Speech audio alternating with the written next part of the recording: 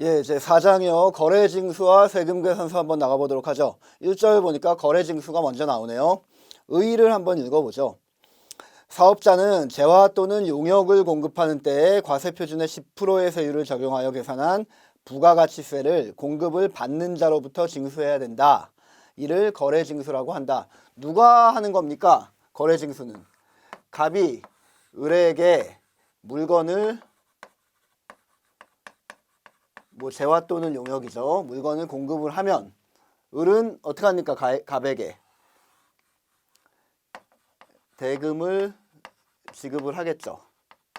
자, 그러면 누가 누구한테 발행을 한다고요? 세금계산서는 대금을 지급받는 자가 얘한테 세금계산서를 발행을 하는 거죠. 우리 여태까지 쭉 배웠던 게 이런 거 아닙니까? 거래징수의 요건을 보면 거래징수 의무자, 과세 대상이 되는 재화 또는 용역을 공급하는 사업자인 갑이다. 얘가 세금계산서를 발행을 해야 된다. 면세사업자는 거래징수 의무가 없다. 당연하죠. 공급받는 자가 과세사업자인지 면세사업자인지 최종소비자인지 그거와 관계없이 갑 자체가 과세사업자라면 얘가 누군지에 관계없이 무조건 세금계산서를 발행을 해야 된다는 얘기죠. 나중에 저 뒤에 가면 세금계산서를 발급 못하게 되는 경우나 발급 의무가 면제되는 경우도 있지만 어쨌든 원칙적으로는 무조건 발행을 해야 된다는 얘기입니다. 얘가 누군지 간에 누구든지 간에. 원칙, 거래징수 대상은 원칙, 과세되는 재화 또는 용역을 공급하는 때 거래징수를 한다.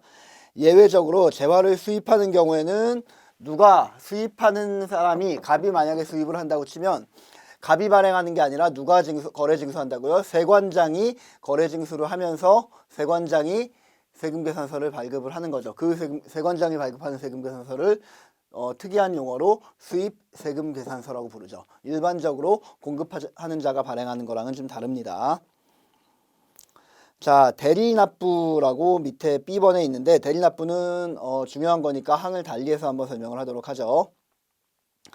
대리납부가 뭐냐? 양괄호 1번 의. 우리 앞에서 잠깐 배우긴 했어요. 우리가 앞에서 뭘 배웠냐면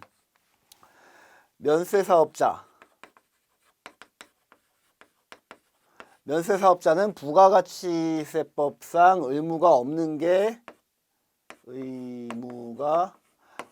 게 원칙이었죠. 얘는 우리 부가가치세법의 테두리 바깥에 있는 녀석이니까 우리 부가가치세법에서 얘를 신경 쓸 이유가 없죠. 얘도 우리 부가가치세법을 신경 쓸 이유가 없죠. 서로 독립돼서 서로 그냥 무관하게 살아가면 되는 거 아닙니까? 그런데 예외적으로 우리 부가가치세법상 두 가지의 의무는 진다라고 하면서 첫 번째가 바로 대리납부 의무였고요. 시험에 아주 잘 나옵니다. 두 번째는 매입처별 세금계산서 합계표 제출 의무.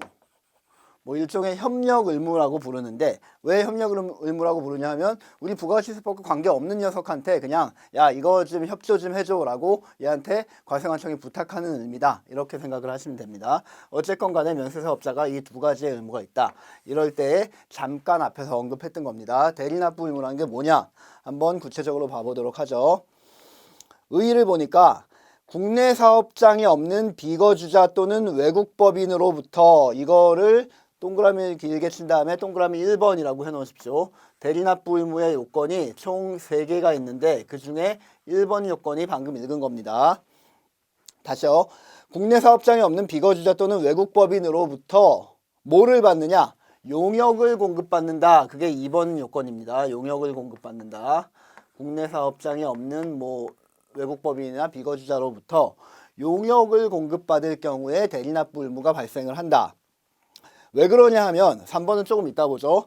왜 그러냐 하면 부가가치세 징수에 이런 경우에는 두 가지의 어려움이 발생을 해요. 외국인으로부터 용역을 공급받는 경우에 어떤 어려움이 발생할까요? 첫 번째, 우리 이미 앞에서 사실은 다 배웠던 건데 한번 종합을 해봅시다. 어떤 어려움이 발생하죠? 외국법인이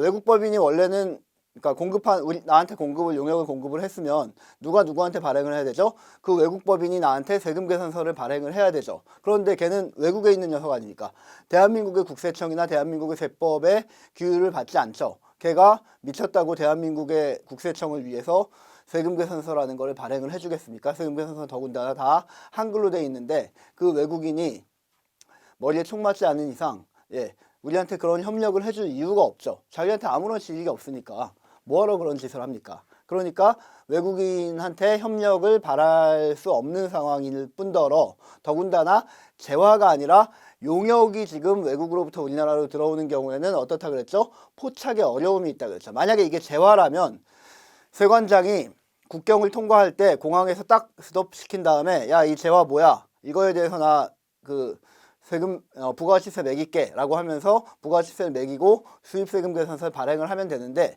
용역은 들어오는지 안 들어오는지도 모르게 쓱 들어온다고 했죠. 그러니까 포착하기가 어렵다는 얘기죠. 이 두 가지 어려움이 있기 때문에 대리납부 의무라는 것을 규정을 하고 있는 겁니다.